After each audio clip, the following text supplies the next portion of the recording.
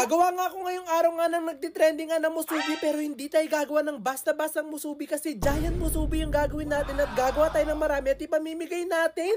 Bumili nga ako nitong mga giant nga na luncheon meat kasi gagawa nga tayo ngayong araw nga ng nagtitrending nga na musubi. Kaya hindi na nga ako napatumpik-tumpik at kinuha ko na nga yung mga susi nga nila parang mabuksan na nga itong mga to. At talagang nakikita ko pa nga lang itong mga naglalakihang mga luncheon meat nga na to. Talagang excited na nga ako makagawa nga ng musubi kasi talagang giant yung magagawa natin. Kaya naman agad-agad ko na nga itong pinaghihiwa para nga magawa na nga natin na talagang natatawa pa nga ako kasi iba't iba yung mga size nga ng hati nga natin dito sa luncheon meat. Merong mga matataba, tas meron din mga sobra talaga mga pabayat. At maya-maya nga lang din na paghiwa-hiwa ko na nga silang lahat kaya naman kinuha ko na nga tong giant rice cooker nga namin para makapagsahing na nga ako. At syempre, hindi tayo dito gagamit nga ng basta-bastang rice at gagamit tayo dito ng Japanese rice para talagang maganda yung magawa nga nating musubi. Ito nga yung first time ko nga na magsasaing nga ng ganito karaming ang kanin kaya medyo kinakabahan ako kasi baka magkamali ako kaya mahilaw or masobra sa tubig pero marunong naman nga ako magsaing. Kaya kung ano nga yung ginagawa ko sa mga maliliit nga na rice cooker, ganun nga rin yung ginawa ko nga dito. Talaga tinansya ko nga rin sila gamit ng aking daliri. At maya-maya nga lang din inatansya ko na nga siya ng maayos kaya naman sinara ko na nga tong rice cooker para makapagsaing na nga. At after ko nga magsaing, kinuha ko na nga rin tong kawa para makapag-umpisa na nga ako maprito nga yung mga malalaki nga natin mga lunch on meat. Kaya naman paglagay ko pa nga lang nga itong mantika, nilagay ko na nga rin dito itong mga lunch on meat nga natin kasi kinakabahan nga ako pag uminit nga ng sobrang yung mantika tas naglagay nga tayo at matalsikan na ako at mapahaso. Dito nga lang ako medyo natagalan nga sa pagpiprito nga nitong mga luncheon meat nga na to kasi medyo makakapal nga itong mga luncheon meat nga na to at matagal nga maluto.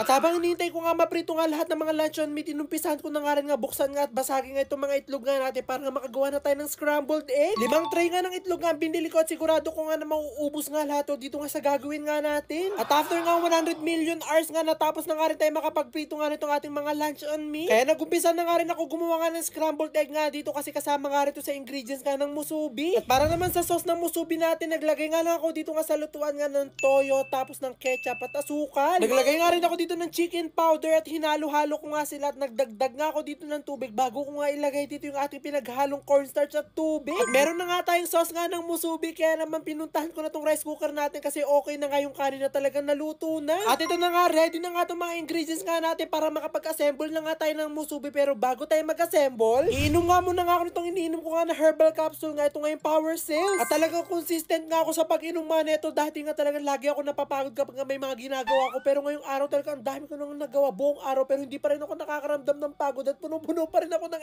energy. Dahil nga yun siguro dito sa mga natural na ingredients nga nitong Power Cells at talagang napakaganda pa nga nito kasi pwede pa tayo makaiwas sa mga sakit katulad ng mga diabetes, hypertension, cardiovascular disease, pneumonia, at cancer. Kaya naman nung natapos na nga kaming uminom nga ng Power Cells, so umpisa na nga natin nga na-i-assemble nga ito nagtitrending nga ng musubi. At talagang tawa nga ako ng tawa dito nga sa una ko nga nagawa kasi mali pa nga yung pagkakagawa ko ng musubi dito kasi parang nagawa ko nga ay burger. Kaya naman tinignan na nga ulit namin nga itsura nga ng musubi nga sa online at nalaman ko na nga ito na nga nakagawa na nga tayo. Kaya naman nung nalaman ko na nga kung paano nga talaga yung tamang pag-assemble nga nitong musubi, talaga nakakagawa na nga tayo ng maayos. Akala ko pa nga nung una napakadali lang mag-assemble nga nitong musubi nga nito kaya excited na excited ako pero hindi pala. At maya-maya nga lang din naubos na natin yung napakarami kong ang sinaing at ito na nga lahat yung mga nagawa nga nating giant musubi. Kaya naman nung nagawa na nga natin, agad-agad ko na nga rin sila pinaglalagay dito nga sa aking basket para nga may pamigay na natin. Kaya naman agad-agad ko na nga pinagbibigay dito nga sa aking mga mahal nga na kapitbahay at talaga tinatanong ko nga kung ilan nga silang nasa loob nga ng bahay para nga talaga lahat sila makakain. Sana nga lang talaga masarapan sila dito nga sa ginawa ko kasi nung tinikman ko nga siya talagang nasarapan nga ako. Sigurado nga ako na mabubusog nga sila dito ng sobra kasi ako nung kinain ko nga lang yung kalahati talaga nabusog na nga ako. Paano pa kaya kung ganito karami at ganito kalaki? Kayo po sa mga nagbibenta dyan ng musubi, magkano po yung presyo nyo sa isang pirasong musubi? Comment nyo nga po sa comment section para malaman natin. At buti na nga lang talaga nakagawa tayo ng 51 pieces nga nitong giant musubi nga na to. At talaga marami nga tayong napasaya. At maya-maya nga lang din nila pamigay na nga rin natin lahat nga ng mga ginawa natin giant musubi at sana nga talaga nabusog sila. Amazing!